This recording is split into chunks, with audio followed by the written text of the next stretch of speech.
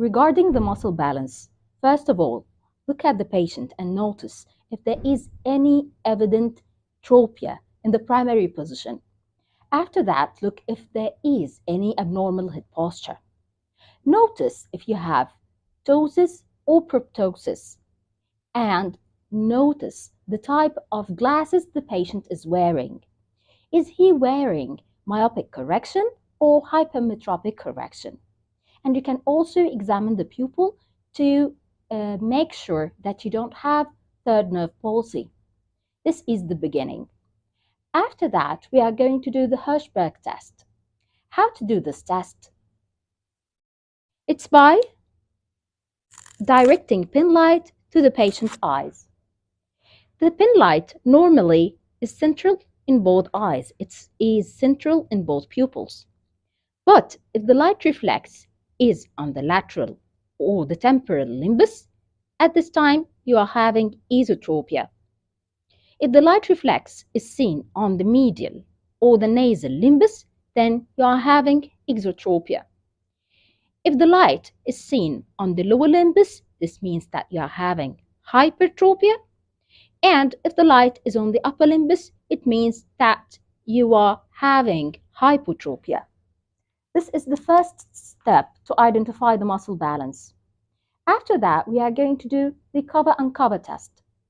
This test is very important to identify the tropias and also to identify if the squint is unilateral or alternating.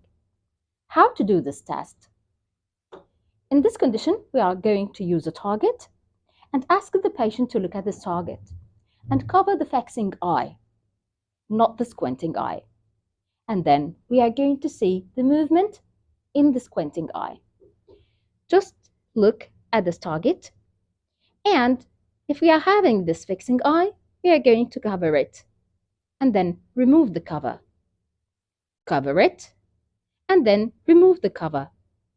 And look for the direction of movement in the eye that is not covered, and this in order to identify the type of tropia that you are having. In this test, if you've been covering this eye and just look at the movement of this eye after removing the cover, this means that you are looking for the phoreas. Now, we are going to see the alternate cover test. In this test, we are going to examine for the tropias and the phoreas. Can you please look at this target? In this condition, we are going to cover the fixing eye and alternate the cover between both eyes and see the movement. Actually, this test dissociates the fusion in both eyes, and this helps in showing the tropia and the phoria that the patient is having. Now we are going to see these tests on real patients with squint in order to understand it better.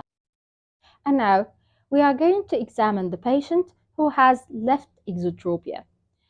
We will start with the Hirschberg test. If you can see, the light reflex here is central, but here it's nasal, which means that the patient has left exotropia. And if you want to identify if this condition is unilateral or alternating, we are going to do the cover-uncover test. In this test, I'm going to use an accommodative target and ask the patient to look at the target. ممكن تبص على الفيل. And now we are going to cover the fixing eye. بص على الفيل كويس، بص على الفيل. The eye is moving from out to in. And then we are going to remove the cover. See this? The eye had squinted again. So this squint is unilateral.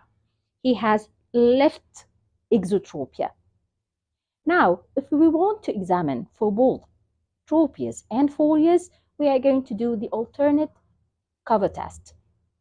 بص هنا يا فندم على I'm going to ask the patient to look at the target. بص هنا على الفيل and then cover the fixing eye.